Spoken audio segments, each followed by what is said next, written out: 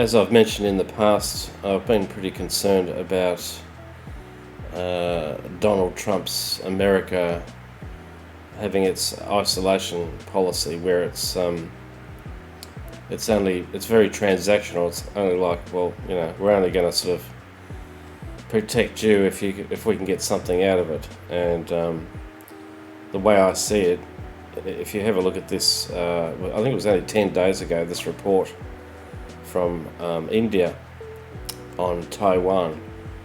The fact that it seems now the US are backing away from protecting it, and they're also backing away from protecting that whole area, including us.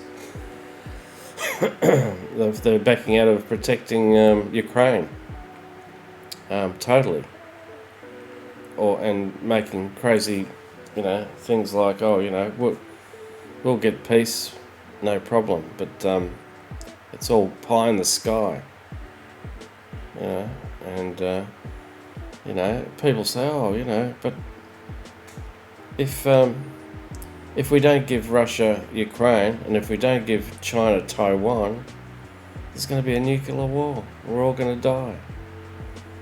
Well, that could be the case, but it also could be the case that the bullies on the planet have got everyone, bluffed, holding a gun to everyone's head, saying, well, yeah, if we don't get what we want, we'll blow the whole place up, and we all live like slaves. Is that the sort of world that we want? Anyway, have a listen to this report from India. It's sort of, it's, as I say, a news bulletin. It's only 10 days old, and it's quite alarming. Meanwhile, Donald Trump has betrayed NATO, he has betrayed Ukraine, and now he seems to have betrayed Taiwan. His statements in the last 24 hours make it clear. After dismissing security guarantees for Ukraine in exchange for a mineral deal, he has refused to commit to defending Taiwan if China invades, all while quoting Russia as well as China. You see, this is how America operates. If you serve its interests, you get support. And if you don't, you seem to not matter. And that's been my worry, that this new America is very transactional. They're not interested in, looking after the small guy. They're just in it for what they can get. And if that means, they can't get a deal that they want to protect Australia, well, bad luck. China just marches down and takes over. And you can guarantee that's what's going to happen. Same thing with Ukraine. He couldn't get what he wanted out of that, so it was like, well, what did he say? Yeah, you don't hold the cards. It's just bullshit. And regardless of what you think about Ukraine, right, and Russia, we are on the dinner plate. Okay, so I'll just play a little bit more and just offer, okay, what can we do in this situation that's coming down on us? What's something positive that we can do rather than just, keeping our head under the blanket? And under Donald Trump, that policy is more blatant than ever at this point. And here we have two countries facing conflict, one already facing invasion and another on the brink of a possible invasion. And both have been cast aside in a way. Let's start off with Taiwan. Since returning to the White House, Donald Trump has been deliberately vague as far as Taiwan is concerned. He has carefully chosen his words when it comes to Taiwan. But when a reporter pressed him on the U.S. allied island that China claims as its own on Wednesday, Trump refused to give a straightforward answer. America is questioning whether Taiwan is even worth protecting, it seems. America under Trump is questioning the value of its support. Trump has accused Taiwan of, quote unquote, stealing the U.S. semiconductor business. He has criticized it for trade surpluses with America. He has floated the idea of making Taiwan pay for its own defense. And what does all of that tell you? What value does Taiwan hold for America? Is Taiwan an ally, a strategic asset, a business rival, or just a bargaining chip against China? It's not clear.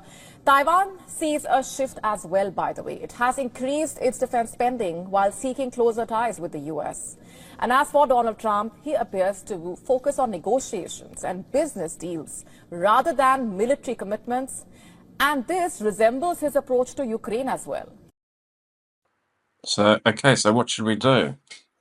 Well, I think Australia should start looking at putting tariffs on the US. And I mean, some big chunky ones.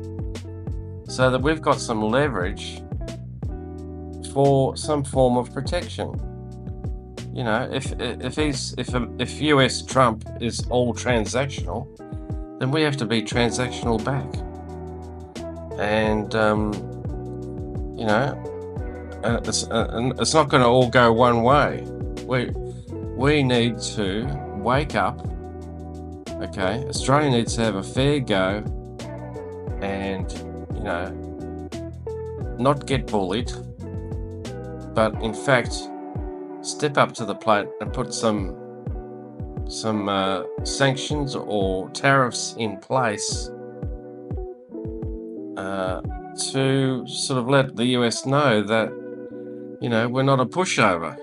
You know, you just can't, and they can't just leave us as fodder to China. That's what we can do. That's a positive thing. So, who's going to do that? Well, I'm not sure whether either party would do that. I think we've got probably more chance with the Conservatives standing up to Trump than the other side, but who knows? I don't know. Just somebody's got to do something. We've got to put our hand up and say, how about a fair go? Don't just ditch Australia because of, you know, strategically where we are, and we're not handing over everything to the US. That's, you know, I think that's all the only thing we can do. It's otherwise we're just, you know, as I've said before, they're circling us like China is circling us like vultures, and they have stated that more ships are coming down. But oh, don't worry, you know, we're gonna end up being another Taiwan. I can see it coming, and you know, unless America thinks, this Trump thinks that, you know, unless he gets what he wants from us, he's not going to protect us. Well, you know, it's a two-way street, mate. It's a two-way street. You know, we were allies. We were for democracy and freedom, and now you're selling. And now they're going to sell us out. What? Just because they can't get what they want? You know, it's just bullshit. But anyway, that's it from me. Thanks for listening.